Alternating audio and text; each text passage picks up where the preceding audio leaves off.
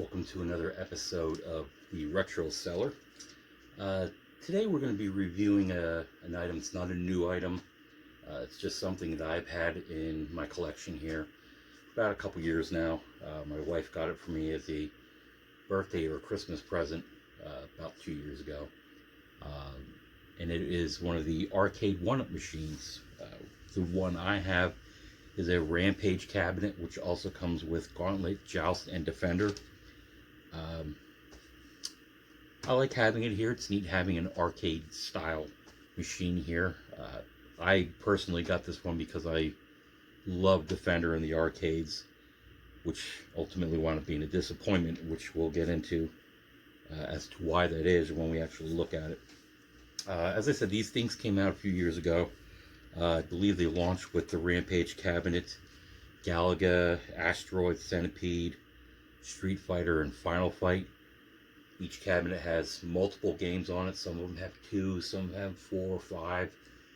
I think the Pac-Man Anniversary one has a bunch. I know there was one that came out with 12 on one system, one machine.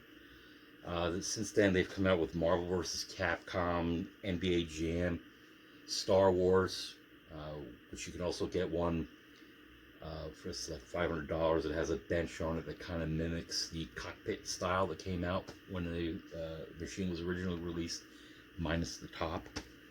There's a Big Buck Hunter, Teenage Mutant Ninja Turtles, Pac-Man, Golden Tee, Mortal Kombat 2. They have countercades, which go for like $100.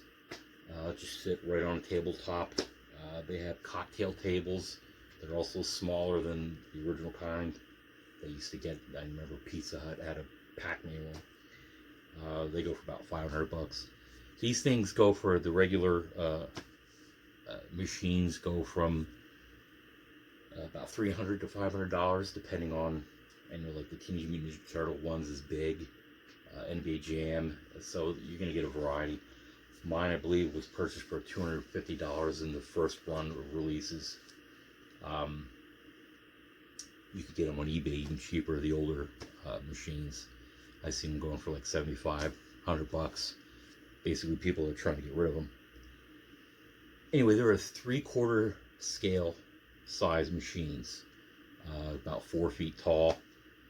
You'd have to sit down and play it as an adult, be not so bad for kids. You can also purchase a riser that brings it up about another foot or so, about 57.5 inches, that you can purchase separately. The surface, the gameplay surface, is a little small. Ours has a room for 3 players, but I hope you like the people that you're playing with, because you're going to be a little shoulder to shoulder. It's a little snug. Why don't we just scoot on over to it, and we'll take a look at it and see what you think. There's tons of reviews on these things out there. This is just my personal take on the one that I happen to have. I've played a couple others out at the stores. Let's see what you think. Let's take a look. Okay, here's a look at our Rampage cabinet. That would be the surface of it. As I was explaining, it's a little snug as far as width.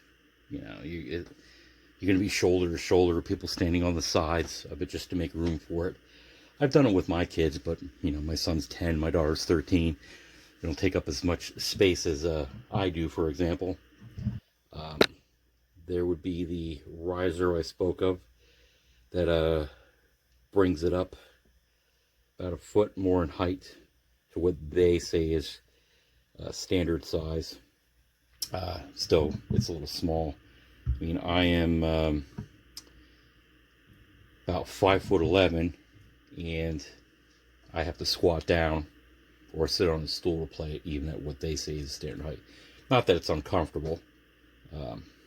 So here's a closer look at the surface. As I said, it's a little snug. The biggest complaint that I've heard a lot of people talk about with these is the quality of the buttons and the joysticks. Some of them stated that they upgrade, which you can upgrade it to more higher quality buttons and joysticks, Sanwa buttons. I've seen people really mod it where they've had LED lit buttons and whatnot. There is a lot you can do with it. When you put it together, you could see how easy it is to modify it should you choose to. But I mean, the buttons they're clicky and responsive. I haven't seen anything where they stick. The joysticks are not bad quality. Also nice and clicky, which some people seem to like. For me, responsiveness is the most important part. You can see the graphics really nicely done on it. There is one speaker. It's not in stereo. It's one mono speaker, which is actually located right under here. You can see the holes on it. Sounds like that would be disappointing, but it actually puts out a good amount of sound, good quality. It's bassy. Probably would have been better if they had it up on the top, but I don't have a problem with it. I know some of the newer versions have better speakers on it than what we have here. And as I said, I do not have the plexiglass surface on it, but I have none of the wear that a lot of people have reported having on it. And I've played on it, my kids have played on it, and it's no problem. One thing that you have to be aware of, the balls on the top of the joystick, when you use it, can loosen up over time.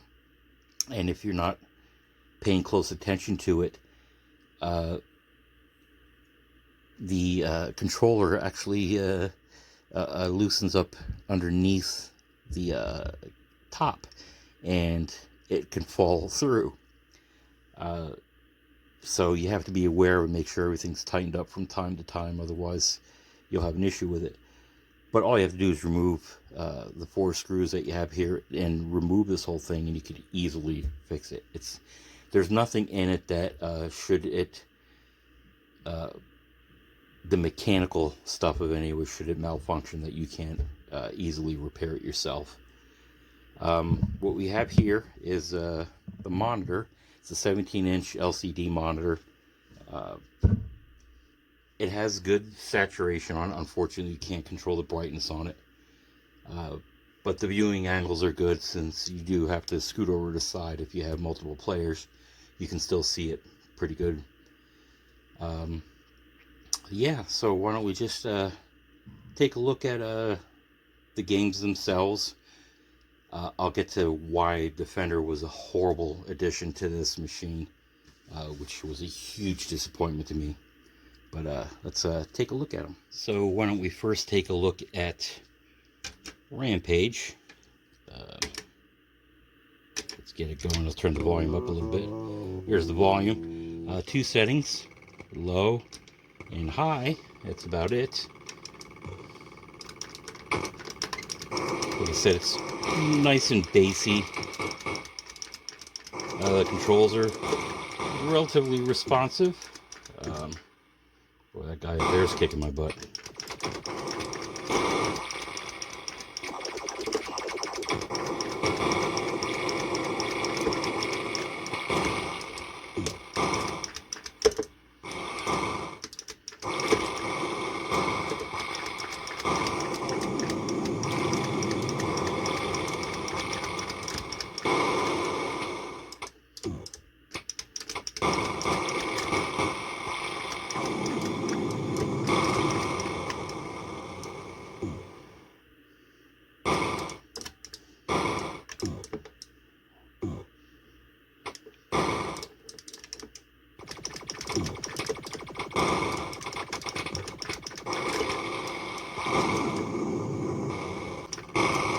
So there you have Rampage.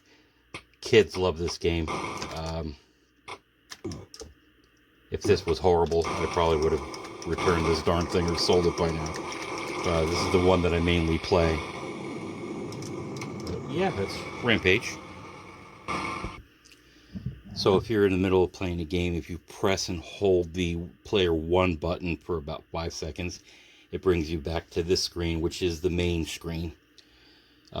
which allows you to choose between the games Rampage, Gauntlet, Joust, and Defender. Let's take a look at Gauntlet. It's not one that I play all that frequently, or Joust for that matter. Defender, I would solely play that one had it been executed better. But let's take a look at Gauntlet. Welcome.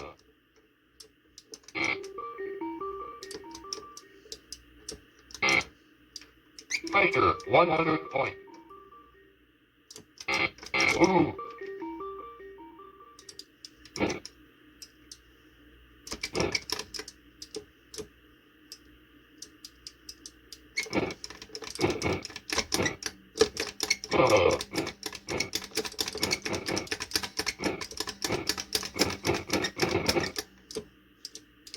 Save keys to open doors.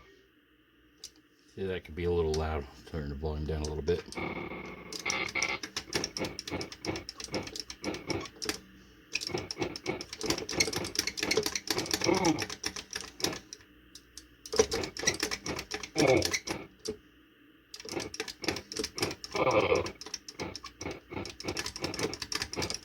Warrior is about to die. Yeah, yeah.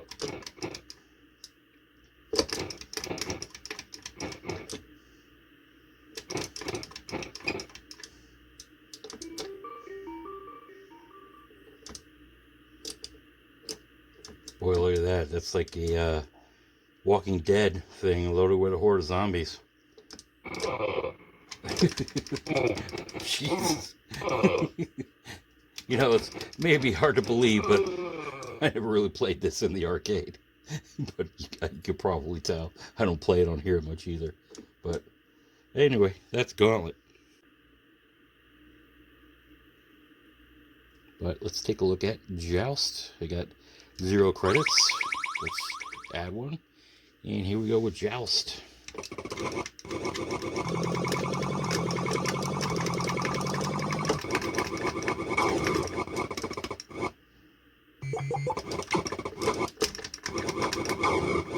Another one that I'm apparently terrible at.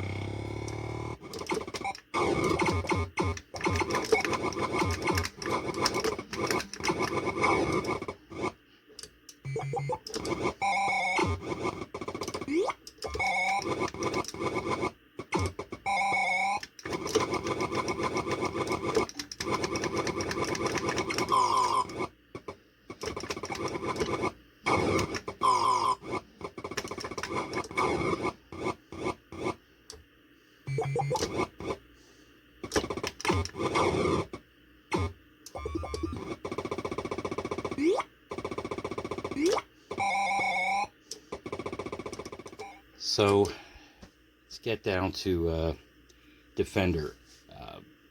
My one main criticism, and it's all over other reviews that people have said about this machine, is how horrible Defender is configured on here. It is just god awful. Here's a good reason why. Look at the button layout. So you have your reverse and your thrust buttons here. Obviously your directional control here.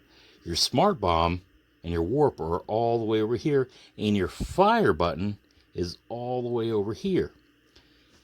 So in order to play the game properly, you either have to use your left hand to control your direction, and with your thumb hit the thrust and the reverse on it, and with your opposite hand, your right hand, over hitting the fire button.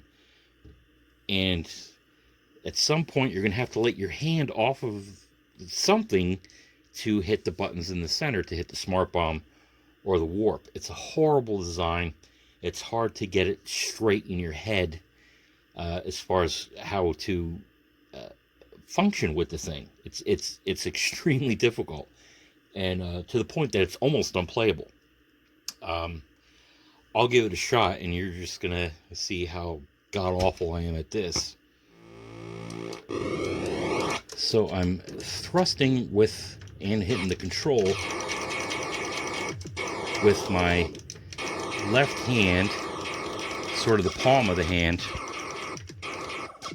and trying to do the directional control at the same time as hitting the thrust. So you're not going to be zipping around here too well.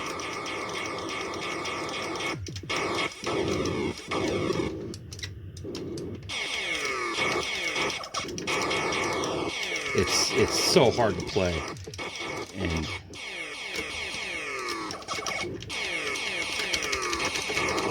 see, huge disappointment. That alone is probably just cause to maybe avoid this if you're buying it for Defender. Had I known, I probably wouldn't have purchased it.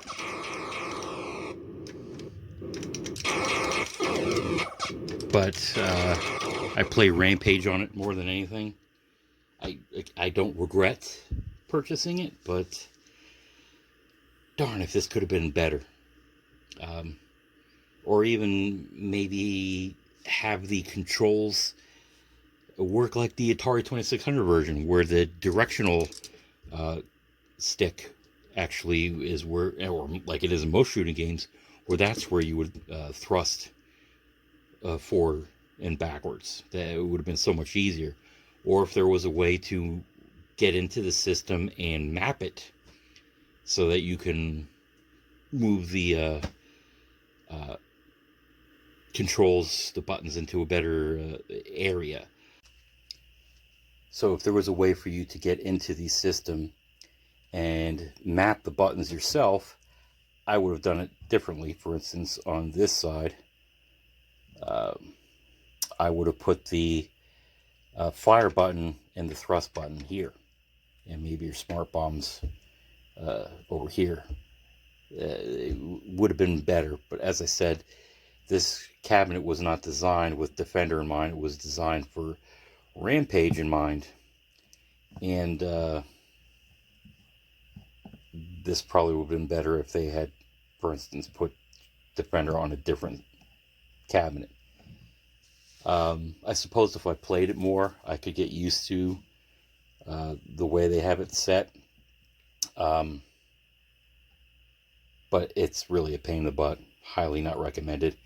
And the criticism that I've heard regarding it set up this way, I completely agree with it. Yeah, so that's it. There's really not much more to say about the machine. Can't get into more detail about the ones that I don't have, but I have played them and they're fun. I don't regret getting this one. I always wanted to have a stand-up arcade machine in my house, but they're expensive. They're not practical. If I would have had to lift one of those things and drag it down into this basement, they weigh hundreds of pounds. This thing, it's about 50, 60 pounds ish. You could literally just pick it up and carry it. And if you always wanted to have one of these in your collection, it's not horribly expensive. Back in the day, I wish I would have had an opportunity to purchase a cabinet, an actual arcade cabinet. They were cheaper before they start to become, in favor in the gaming community. Same thing like retro consoles. You used to get them for like $50. Now they're going for hundreds. These things are going for thousands. So financially wise, this would be a good route to go. There's competition starting to pop up. I know there's a company called II Arcade, which I believe is still in the Kickstarter phase. I have a strong interest in it because you can download games for it, has a bigger selection. So if I eventually get one of those, you'll be the first to hear. Again, it's a great machine. It's fun. Maybe I wouldn't recommend it if you're a huge Defender fan for the crap show that it is on this thing. Had I had room, I'd probably have a bunch more myself. So I have to be more picky with what I get in order to fit it down here. But yeah, other than that, I don't know much more to say about it other than what I've already told you. If you want one, research it. There's tons of stuff on YouTube. I'll put some links in the video to the Arcade1up website, so you can peruse them yourself. Like I said, you can get them at Walmart, Target. They have them on Amazon, eBay. There's a lot of different options. But if this is something that you're in the market for, give it a shot. You may like it.